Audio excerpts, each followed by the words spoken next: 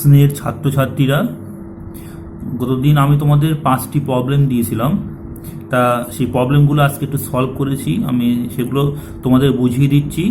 দেখো, আমি আগে করা আছে আমার, সেইগুলো একটু আমি তোমাদের দেখাচ্ছি। তা প্রথম অঙ্ক ছিল বা প্রথম প্রবলেম ছিল, একটি আলোকরশ্মি বায়ু থেকে এসে √3 প্রতিসরাঙ্কের একটি গোলকের উপর আপতিত হলো। আপতন কোণ 60 ডিগ্রি হলে চিত্রের সাহায্যে আপতিত রশ্মি ও নির্গম রশ্মির মধ্যে কোণ নির্ণয় করো। তাহলে কি, একটি আলোকরশ্মি বায়ু থেকে এসে √3 প্রতিসরাঙ্কের একটি গোলকের উপর আপতিত হলো। আপতন কোণ 60 ডিগ্রি হলে চিত্রের সাহায্যে আপতিত রশ্মি ও নির্গম রশ্মির মধ্যে কোণ নির্ণয় করো। দেখো অঙ্কটা কীভাবে করি। দেখো, এই একটা গোলক আছে, এই গোলকের এই যে এটা কেন্দ্র, আমি কেন্দ্রের নাম ও ধরছি। এই কেন্দ্র এটা, তাহলে কি গোলকের উপরেই আমি যদি ব্যাসার্ধ অঙ্কন করি, এটা এর উপরে স্পর্শক অঙ্কন করলে অভিলম্ব হবে, এটাও সেম এই সাইডে অভিলম্ব হবে, ডটেড লাইন দেওয়া আছে। তা আয়ন কোণে আপতিত হয়েছে, তাহলে প্রতিষ্ঠিত হচ্ছে কত, আরণ কোণে। গোলকের প্রতিসরাঙ্ক, গোলকের উপাদানের প্রতিসরাঙ্ক μ2 ধরা হয়েছে, এটা √3। আর বাইরের মাধ্যম বায়ুর প্রতিসরাঙ্ক কত হবে, 1। তাহলে আয়ন কোণে আপতিত হলো, এই আয়ন কোণ এখানে প্রতিষ্ঠিত হয়ে আবার এখানে R2 কোণে আপতিত হচ্ছে, হয়ে I2 কোণে বেরিয়ে যাচ্ছে। তা এই যে দেখো,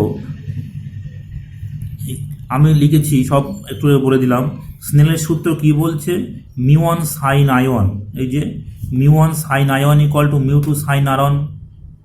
কারণ কি আছে, সেই μ1 sin I = μ2 sin R, সেই অনুযায়ী তার পরের ক্ষেত্রে μ2 sin R2 = μ1 sin I2।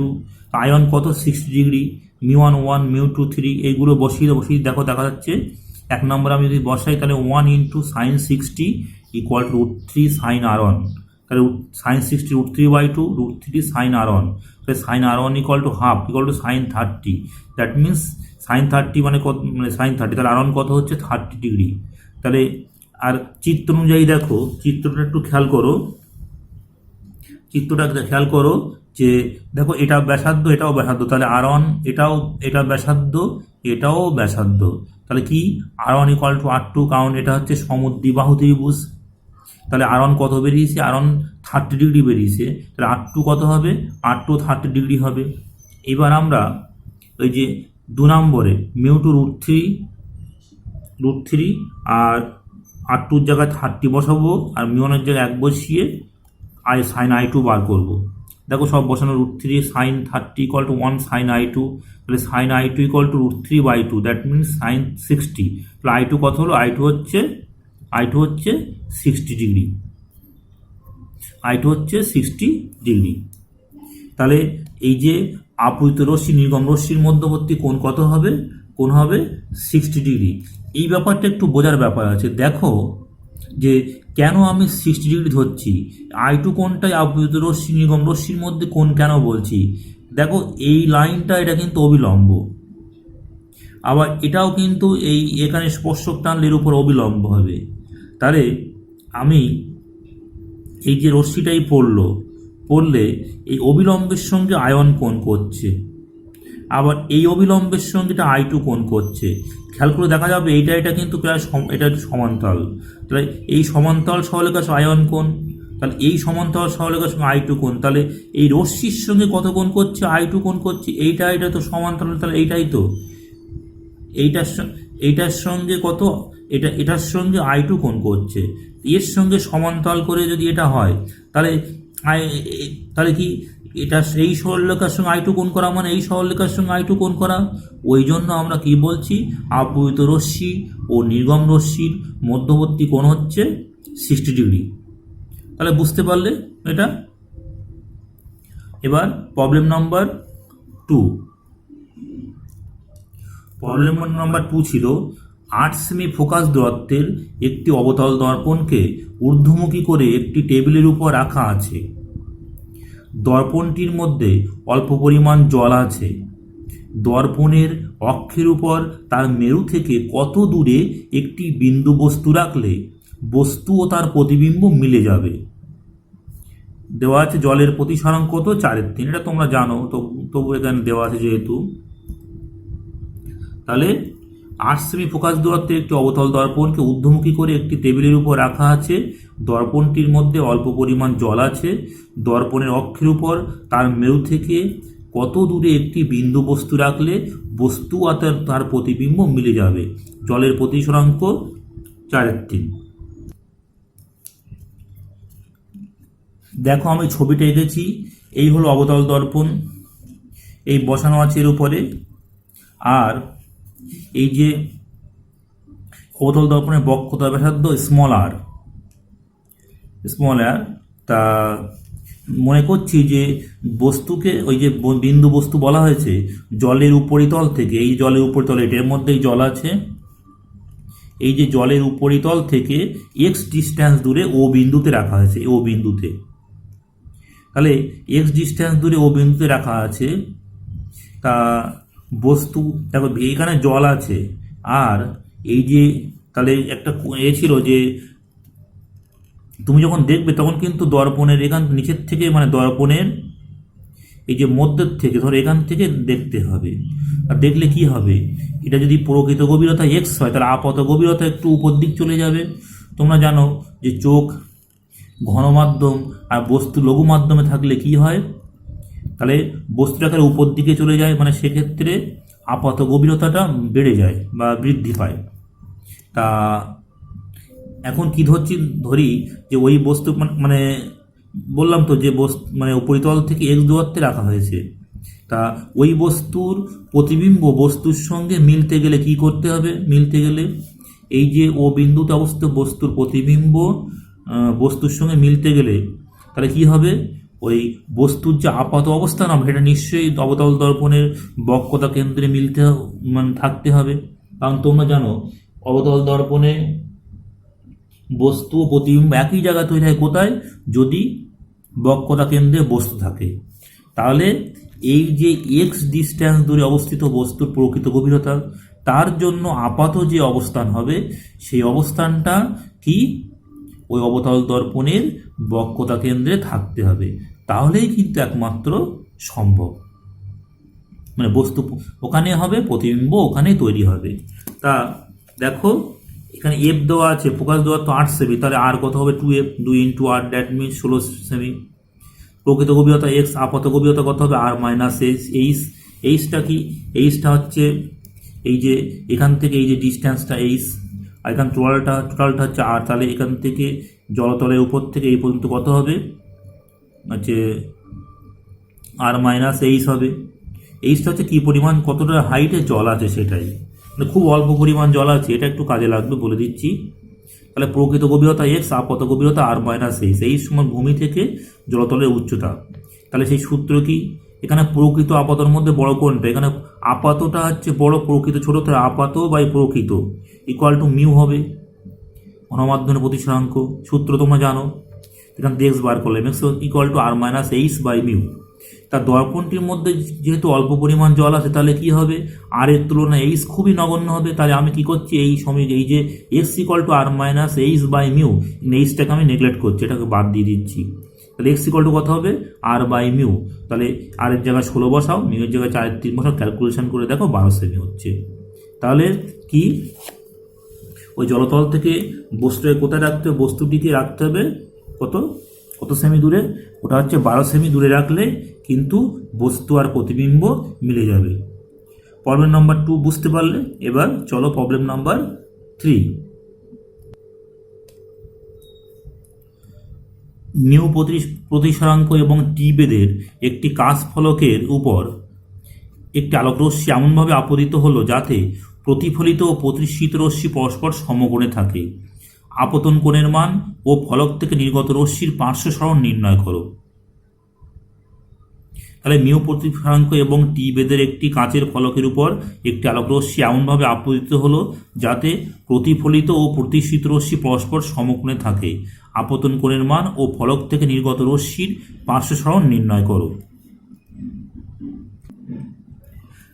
দেখো ছবিটা আমি এঁকেছি, এই যে আপতিত রশ্মি, এই প্রতিফলিত রশ্মি, এই কাচের ফলকের ভিতরে এই যে এটা হচ্ছে প্রতিষ্ঠিত রশ্মি, আর এই বেরিয়ে যাচ্ছে নির্গম রশ্মি। আপতন কোণ সমান প্রতিফলন কোণ হয়, তাহলে আই আই সমান, আর এইটা প্রতিসরণ কোণ আর এই যে প্রতিফলন কোণ এবং প্রতিফলিত রশ্মি এবং প্রতিষ্ঠিত রশ্মির মধ্যবর্তী কোণ কত, 90 ডিগ্রি। তা আমাদের বার করতে হবে আপতন কোণের মান, মানে আই এর মান বার করতে হবে, আর প্রতিবিম্বের যে পার্শ্ব সহন সেটা বার করতে হবে। তাহলে খেয়াল করো, আমরা কি জানি মিউ সমান সাইন আই বাই সাইন আর। তো এইখানে একটা জিনিস খেয়াল করো, আর একটা জিনিস মাথায় রাখতে হবে। দেখো তো, এটা একটা সরল লেখা, এই যে তাহলে আই কোণ plus 90 plus r equal to 180। দেখো তাই লেখা হচ্ছে আই কোণ যোগ আর যোগ 90 মানে 180। That means r equal to 180 minus i minus 90 বা 90 মাইনাস আই। আবার বলছি, এখানে এটা একটা সরলরেখা, এই যে সরলরেখা দেখা যাচ্ছে, আর কোণ প্লাস 90 প্লাস আই সমান 180, আই কোণ plus 90 plus r equal to 180। সেখান থেকে আর এর মানটা আমি বার করে নিয়েছি। বার করে নেওয়ার পরে ওই যে mu equal to sine I by sine I, আর সাইন আই বাই আর এর জায়গায় সাইন 90 মাইনাস আই বসিয়েছি। মিউ সমান sine I by cos I, that means tan I equal to mu, তার মানে I equal to tan inverse mu. তাহলে আপতন কোণের মান বেরিয়ে গেল। আর কাজ ফলকের পার্শ্ব সহন কী হয়, এই সূত্র বসিয়েছি, অনেক বই তো অনেকবার করে, আমি ডাইরেক্ট সূত্র তোমরা জানো, T sine I by T sine I into 1 minus cos I by root over mu square minus sine square I. তো দেখো, এই যে সূত্র তোমরা জানো, এটা আগে পড়েছো, এই যে টি হচ্ছে কাজ ফলকের বেদ, সাইন আই এর মানটা বার করো, কজ আই মানটা বার করো, এখানে বসিয়ে দাও। খুব সহজে, কারণ তোমার ট্যান আই সমান মিউ পেয়েছো, তাহলে সাইন আই আর কজ আই এটা বার করো। এই মাধ্যমিকে তোমার ত্রিকোণমিতির মতো বার করে নাও, বার করে বসিয়ে দাও, দেখবে তোমার এখানে কিন্তু ক্যালকুলেশনটা এখানে হয়ে যাবে। ক্যালকুলেশনটা আমি দেখাচ্ছি তবুও, দেখো tan I equal to mu, তাহলে sec square I equal to 1 plus tan square I, sec square I equal to 1 plus mu square, তাহলে cos square I equal to 1 by sec square, মানে 1 প্লাস মিউ স্কোয়ার করে এখান থেকে cos I equal to 1 by এইটা, এবার sine I by cos I বেরিয়ে গেল, sine I by cos I equal to mu, sign i equal to mu cos i জায়গায় মান বসিয়ে দাও। তাহলে এবার প্রত্যেকটা মান ওখানে এই যে সূত্র টি সাইন আই জায়গায় এইটা, 1 মাইনাস কজ আই জায়গাটায় by root over mu square minus sine square i এখানে বসিয়ে দাও। বসিয়ে দিয়ে ক্যালকুলেশন করে দেখা হচ্ছে শেষ পর্যন্ত কত দাঁড়াচ্ছে, দেখো যে T into mu square minus 1 by mu root over of mu square plus 1। দেখো ক্যালকুলেশনটা দেখো, এখান থেকে একবার দেখো,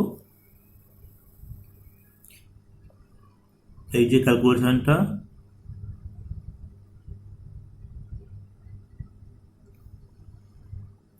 তাহলে কিন্তু পার্শ্ব সহন এইভাবে আমরা বার করতে পারলাম। চলো পরের প্রবলেমে। একটি প্রিজমের প্রতিসরাঙ্ক 1.5, একটি আলোকরশ্মি 40 ডিগ্রি কোণে প্রিজমটির এক পৃষ্ঠে আপতিত হলো। অপর পৃষ্ঠ থেকে রশ্মি নির্গত হওয়ার জন্য প্রিজমের কোণের সীমাস্থ মান কত হবে? তাহলে প্রিজমের প্রতিসরাঙ্ক দেওয়া আছে, আর এক পৃষ্ঠে 40 ডিগ্রি কোণে আপতিত হচ্ছে, তাহলে অপর পৃষ্ঠ থেকে নির্গত হওয়ার জন্য প্রিজমের কোণের সীমাস্থ মান কত হবে দেখে নাও। দেখো, অ্যাঙ্গেল অফ দি প্রিজম বা প্রিজমের যে প্রিজমের যে কোণ, প্রিজমের প্রতিসারক কোণ, তার একটা সীমাস্থ মানের একটা সূত্র আছে, ইউ সমান sine inverse sine I by mu plus sine inverse 1 by mu. এখানে আই কত দেওয়া আছে, 40 ডিগ্রি, মিউ সমান 1.5। প্রত্যেকটা মান বসাও, এ সমান sine inverse sine 40 degree by 1.5 plus sine inverse 1 by 1.5। এটা ক্যালকুলেশন করে, ক্যালকুলেটার কিন্তু অবশ্যই লাগবে। সাইন ইনভার্স এটা বেরোলো, আর সাইন ইনভার্স এটা বার হলো, করে 25.37 যোগ 42.07 যোগ করলে 67 বা 67.44 ডিগ্রি। এটাই কিন্তু প্রিজমের কোণের মানে সীমাস্থ মান। তা এটা কিন্তু সূত্র নাম মনে রাখলে হবে না, এটা মুখস্থ রাখতে হয়, sine inverse sine I by mu plus sine inverse 1 by mu. তাহলে বুঝতে পারলে 4 নম্বর প্রবলেম। চলো 5 নম্বর প্রবলেমে। 1.62 প্রতিসরাঙ্কের একটি স্বচ্ছ ব্লকের উপর একটি আলোকরশ্মি আপতিত হল। প্রতিফলিত ও প্রতিসৃত রশ্মিদ্বয় পরস্পরের উপর লম্ব। আপতন কোণের মান কত? তাহলে 1.62 প্রতিসরাঙ্কের একটি স্বচ্ছ ব্লকের উপর একটি আলোকরশ্মি আপতিত হলো। প্রতিফলিত ও প্রতিসৃত রশ্মিদ্বয় পরস্পরের উপর লম্ব। আপতন কোণের মান কত? দেখো, আমরা সেম অঙ্ক মানে একই অঙ্ক করেছিলাম, খুব সোজা অঙ্ক এটা। দেখো, এই আই কোণে পড়েছে, আই কোণে বেরিয়ে যাচ্ছে, আর কোণে প্রতিসৃত হলো। তাহলে প্রতিফলিত রশ্মি এটা, আর প্রতিসৃত রশ্মি মধ্যবর্তী কোণ 90 ডিগ্রি। তো ওই একই নিয়মে আই প্লাস আর প্লাস 90 সমান 180, কারণ এটা একটা সরলরেখা অবিলম্ব। তা r equal to 90 minus i. এবার আমরা কি জানি, sine I by sine r equal to mu. Mu মানে কত? 1.62। তাহলে sine I by sine 90 minus i equal to 1.62। এই সাইন 90 মাইনাস আই মানে কস আই লিখবো। Sine I by cos i equal to tan i. Tan I equal to 1.62। তাহলে i সমান কত হবে? Tan inverse 1.62। তাহলে আই সমান ট্যান ইনভার্স 1.62 মানে 58.31 ডিগ্রি। এটা কিন্তু অ্যান্সার। একটু আগে এই সেন্সের অঙ্ক আমরা করেছি। আমরা প্রতিফলিত প্রতিসৃত রশ্মিদ্বয়ের মধ্যবর্তী কোণ ইকুয়াল টু 90 ডিগ্রি, সেই সেন্সে করেছি আমরা। তো এই ছিল 5টা প্রবলেম, আমি তোমাদের সলভ করে দিলাম। তোমরা এগুলো ভালো করে বুঝবে এবং বইয়ের আরও কিছু কঠিন অঙ্ক তোমরা করবে। তোমরা নিশ্চয়ই পারবে, আশা করি। বারবার চেষ্টা করো, প্রবলেম অবশ্যই হবে। প্রবলেম নিয়ে কোনো ঘাবড়াবে না, অবশ্যই প্রবলেম হবে। আর এইগুলো এর সূত্রগুলো কিন্তু অবশ্যই মনে রেখো। সূত্র আলাদা খাতা করবে তোমরা, সেই খাতায় সূত্রগুলো মানে পাতিয়ে রাখবে। যখন অঙ্ক করবে সেই সূত্র খাতা নিয়ে বসবে। কারণ আমরা বারবারই বলি যে সূত্র হচ্ছে আসল আর অঙ্ক হলো নকল। সূত্র না জানলে কিন্তু অঙ্ক কখনোই হবে না। দেখা যাচ্ছে একটা বড় থিওরি তোমাদের মনে নাও থাকতে পারে, কিন্তু তার যে থিওরি কমপ্লিট করার পর বা থিওরিটা ড্রাইভ করার পরে লাস্টে যে সূত্র, লাস্টে যেটা পাচ্ছ ওটাকে সূত্র বলা হয়। ওই সূত্র ধরে কিন্তু প্রচুর অঙ্ক করা যায়। তোমাদের ফিজিক্সে কঠিন অঙ্কের সংখ্যা খুবই কম, বেশিরভাগই সূত্র ধরা অঙ্ক। সুতরাং সূত্র বারবার মনে রাখবে। সূত্র হলো আসল, অঙ্ক হলো নকল। এর পরের দিন লাইটের আবার নতুন চ্যাপ্টার শুরু করব। আজকের মতো ক্লাস তাহলে আমি এখানেই শেষ করলাম। ক্লাসটা আজকে একটু ছোট হলো, কারণ 5টা প্রবলেম ছিল, তার মধ্যে 2টো প্রবলেম খুবই ছোট। তবুও তোমাদের বারবার বলছি, তোমরা অঙ্কগুলো মানে বইয়ের যে সমস্ত অঙ্কগুলো আছে সেগুলো আবার চেষ্টা করো। এখানেই শেষ করলাম। সকলে ভালো থাকবে, সুস্থ থাকবে।